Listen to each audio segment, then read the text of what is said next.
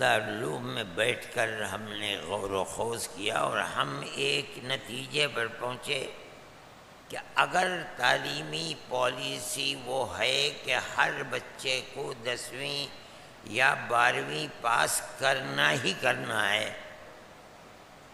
تو دارالعلوم اس سے مستثنیٰ نہیں رہ سکتا. ہمیں اپنے بچوں کو وہاں اس عمر تک 10ویں یا 12ویں پاس کر لینا ہے. تو سوال پیدا ہوتا ہے کہ دنیا کی اس تعلیم اور دینی تعلیم کے ساتھ بچہ پڑھے کیسے؟ آپ حضرات مدرسوں سے فارغ ہیں، آپ حضرات خوب سمجھتے ہوں گے کہ طالب علم بالکل ابتدائی تعلیم یعنی نحو و صرف کی تعلیم کے ساتھ ساتھ دنیا کی تعلیم کو پڑھ کر اپنے آپ کو آگے بڑھا دے، یہ ممکن نہیں ہے. ہمارا جو نصاب تعلیم ہے وہ اس کا متحمل نہیں ہے. کوئی بچہ اپنے اندر ایسا ہنر رکھتا ہو یہ الگ بات ہے. اس لیے ہم نے ایک بات طے کی اور خوب غور و خوض کر کے طے کی اور یہ فیصلہ کر کے طے کی کہ آیا یہ ہو سکتا ہے یا نہیں ہو سکتا. جب ہم اور ہمارے بزرگ عصری تعلیم کے مخالف نہیں ہیں تو عصری تعلیم ایسا شجر ممنوع نہیں ہے کہ وہ مدارس اسلامیہ کے اندر داخل نہیں ہو سکتی. ہو سکتی ہے، ہم اسے کریں گے، لیکن ہم اپنا نظام تعلیم ایسا بنائیں گے کہ بچہ حفظ ناظرہ قرآن پڑھتا ہے، حفظ قرآن کرتا ہے، پھر اس کے بعد دور کرتا ہے، پھر اس کے بعد وہ فارسی پڑھتا ہے،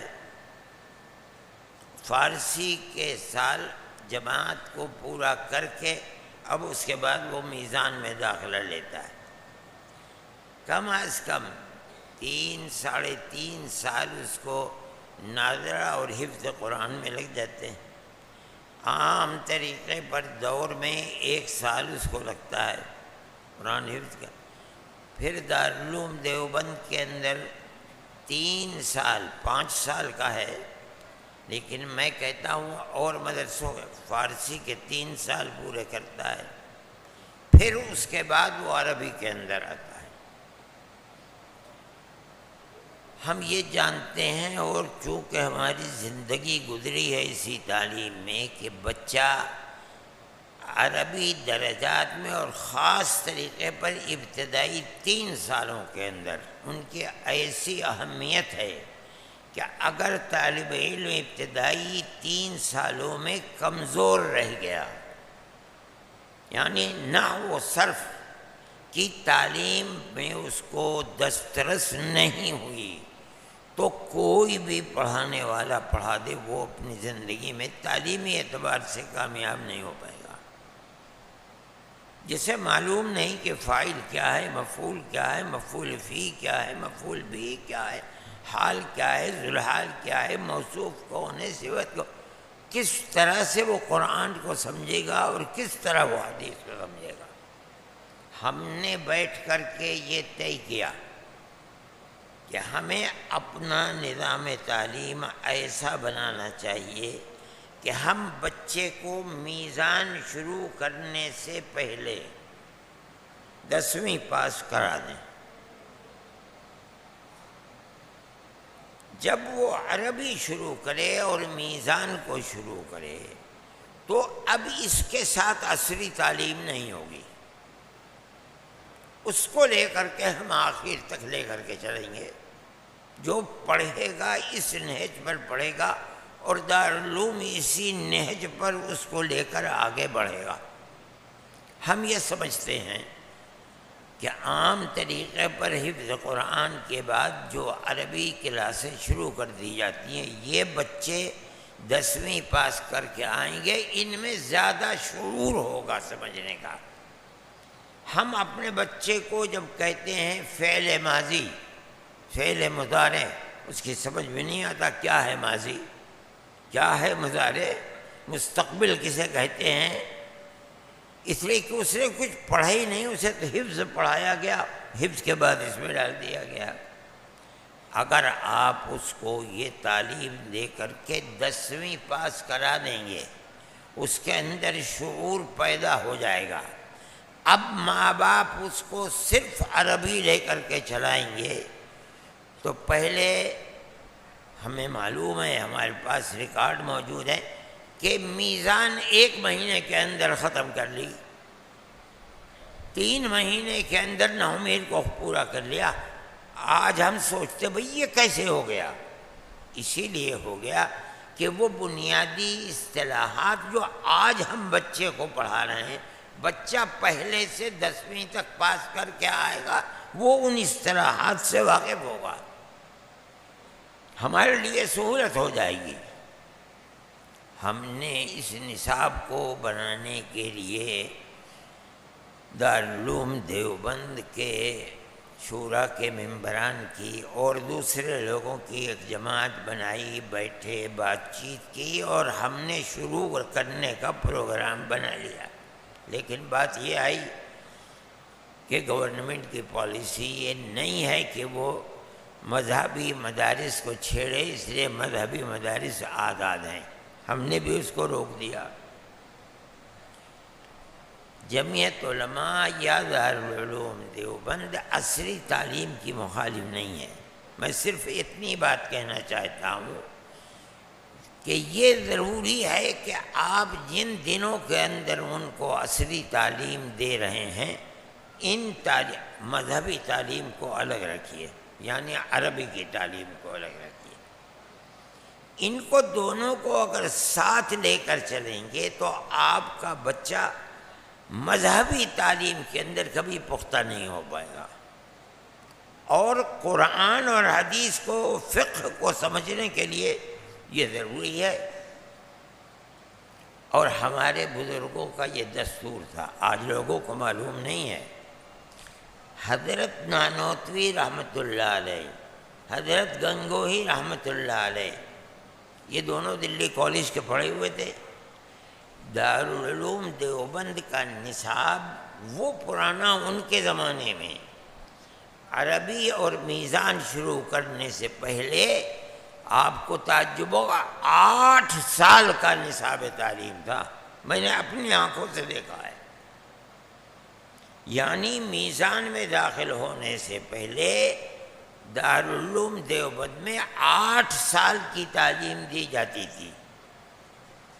اس کے اندر جغرافیہ اور خاص طریقے کے اوپر ایسا حساب تھا کہ آج 12ویں کا طالب علم اس حساب کو نہیں جان سکتا، پورا نہیں کرے گا، اتنا مضبوط۔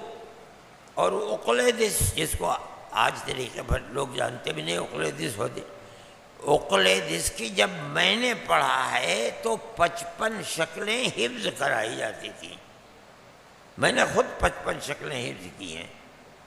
آج اقلیدس کو لوگ جانتے بھی نہیں، کوئی نام اور انگریزی نام ہوگا، اسلام سے لوگ واقف نہیں ہیں۔ اتنا کامل اور مکمل دنیا کا نصاب تھا، 8 سال کا نصاب تعلیم۔ میرے زمانے تک جب میں پڑھتا تھا کم کر کے اسے 5 سال کا کر دیا گیا تھا، پھر میرے پڑھنے کے بعد گھٹا کر کے 3 سال کا کر دیا گیا۔ پھر جب میں ناظم تعلیمات بنا تو میں نے لڑ جھگڑ کر کے اسے 3 سال والے کو میں نے کہا اسے 5 سال کا بنائیے، تاکہ جغرافیہ یہ بچوں کو معلوم تو ہو کہ کس طرف رخ کیا ہے، مشرق ہے، مغرب ہے، شمال ہے، جنوب ہے، پتہ ہی نہیں چلتا طالب علم کو، اور آپ اسے دورے کی سند دے کر کے فارغ کر دیتے ہیں۔ پھر اسے 5 سال کا کرایا۔ میں یہ کہتا ہوں جمعیت علماء کی یہ تحریک بہت اچھی تحریک ہے کہ بچوں کو دنیاوی تعلیم سے ناآشنا نہ رکھا جائے، لیکن میں ان مدارس کو جو مدارس عربیہ ہیں یہ کہتا ہوں پڑھائیے، آپ ضرور پڑھائیے۔ دارالعلوم میں اگر ہماری زندگی کے اندر ایسا کوئی موقع آیا کہ دارالعلوم میں عصری تعلیم کا ہونا ضروری ہو گیا اور اسی طریقے پر کہ 10ویں تک پہنچتے پہنچتے یا 12ویں تک 14 سال کی اس کی عمر ہونی چاہیے، ہم انشاءاللہ دونوں نصاب الگ الگ کریں گے۔ جب تک یہ نصاب ہے اس وقت تک عربی شروع نہیں ہوتی۔ جب عربی شروع ہو جائے اب طالب علم صرف قرآن و حدیث اس کے مبادیات کو پڑھے گا، اب اس کا تعلق دنیاوی تعلیم سے الگ ہے، تاکہ ہمیں بہتر سے بہتر مفتی مل سکے، ہمیں بہتر سے بہتر محدث مل سکے، ہمیں بہتر سے بہتر قرآن کے معانی کو پڑھانے والا مل سکے۔ اگر آپ ان دونوں کو ملا دیں گے تو ہر علم کی اپنی پہچان ہے، اس کے انجام اور نتائج ہیں۔ عصری تعلیم پہلا نمبر لے گی، مذہبی تعلیم دوسرا نمبر لے گی، مدارس کی جڑ کو نقصان پہنچے گا۔ یہ ہمارا ایک طے کیا ہوا نظام ہے جو دارالعلوم میں بیٹھ کر سب نے مل جل کر طے کیا ہے، اور ہم یہ سمجھتے ہیں کہ یہ تحریک جمعیت علماء کی کہ عصری تعلیم کو بس سے بچے شروع کریں، اس میں کوئی حرج کی بات نہیں۔ حفظ قرآن کے ساتھ یہ تعلیم چل سکتی ہے، اس لیے کہ حفظ کا مسئلہ صرف رٹنے کا ہے، سمجھنے کا نہیں ہے۔ جب آپ عربی کے اندر گئے اب رٹنے کا مسئلہ، اب سمجھنے کا مسئلہ ہے۔ وہ تعلیم اور یہ تعلیم، وہ تعلیم اس کے لیے حارج بن جائے گی۔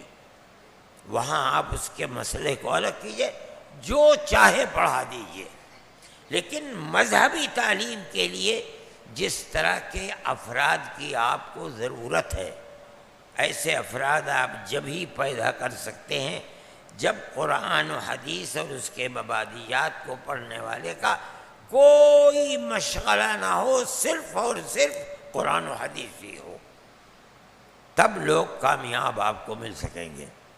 میں نے اپنی بات کہی اور دارالعلوم کے اندر ہم نے اس مسئلے کو طے کیا تھا، لیکن جو پالیسی سامنے آئی وہ ابھی تک یہی ہے کہ مذہبی مدارس کو نہیں چھیڑنا ہے۔ ہم اس سے خوش ہیں، لیکن ہمارا پروگرام تیار ہے۔